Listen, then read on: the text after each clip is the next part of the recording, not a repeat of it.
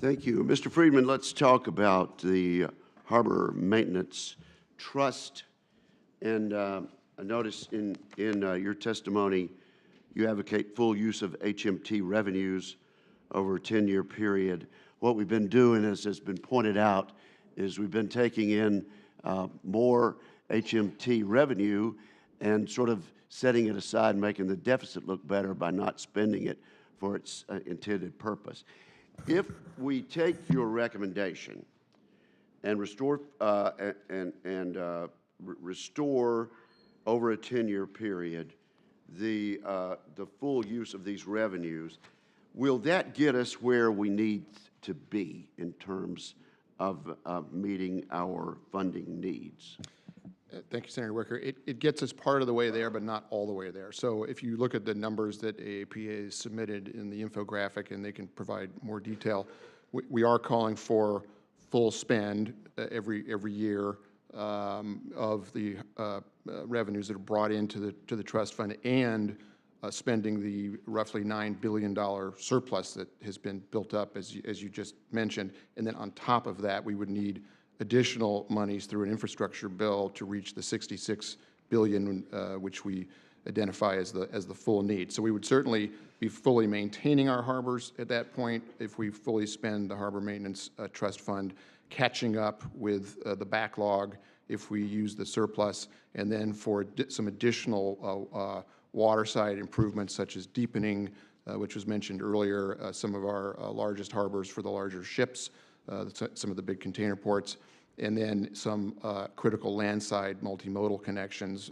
using infrastructure dollars that we think that gets us to where we need to be as a nation. Okay, so it's your hope that the President's infrastructure plan, which should be outlined to us and to the public within a couple of weeks, or perhaps at least within a month, that that $1 trillion infrastructure plan will be the third step in getting us where we need to be to meet our needs. We hope so, Senator, yes. Oh, okay, and I hope so too. Now, thank you for this chart, and Senator Carper, or these graphics. Senator Carper showed a bigger copy of this, but illustrative examples of port-related investment needs.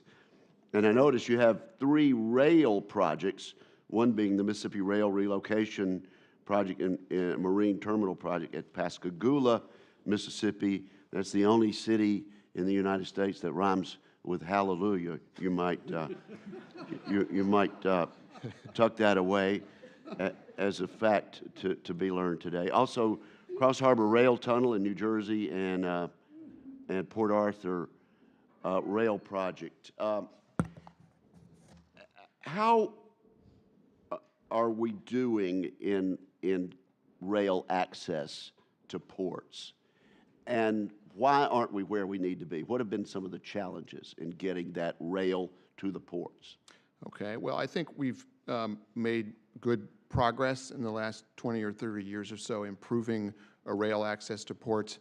Intermodality, or the whole concept of putting a container onto a train, is not that old a concept, and so many of our ports had to be retrofitted with the kinds of rail connections that would be functional for them. The granddaddy of all those would be the Alameda Corridor project in Southern California, which consolidated all the rail lines in a cut so as to eliminate grade crossings. And we've seen those sorts of projects on a somewhat smaller scale at many of our ports, and that's been I think a good public-private partnership between the railroad industry, between ports themselves, between the federal government, but we do need more. We're seeing increased volumes to and from our ports. I think it's particularly important for exports. We tend to think about containers coming in through our ports, but where I am in Cleveland, we think a lot about exports, and we need those strong rail connections from the hinterland into the ports in order to move exports, which quite often are heavy and bulky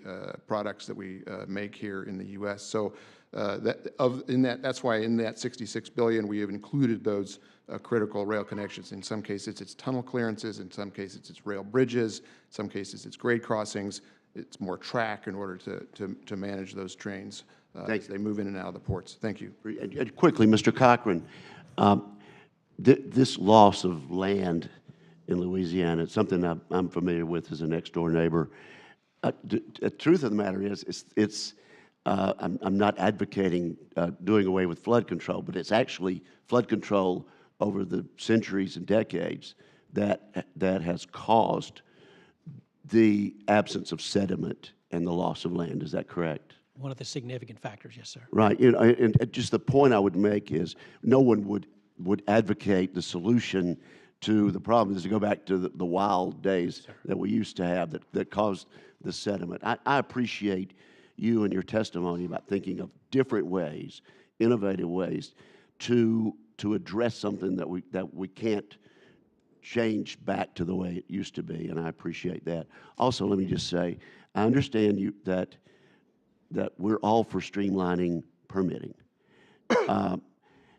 You have some doubts about about some of the suggestions at the other end of the table. We're going to have to come together across the aisle on ways that we can streamline the permitting process. And so I'm glad to see a consensus among all 5 of our witnesses, I believe, that we need to address that. And I hope we can work on nuances that can be a happy solution and a win-win for all parties.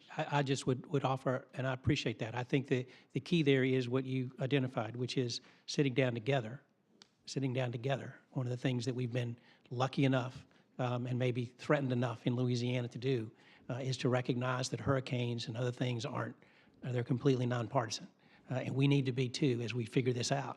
But so looking at how to make the system work better, how to make underlying protections do what they're intended to do, but to do so in the most efficient way, that's a great conversation to have.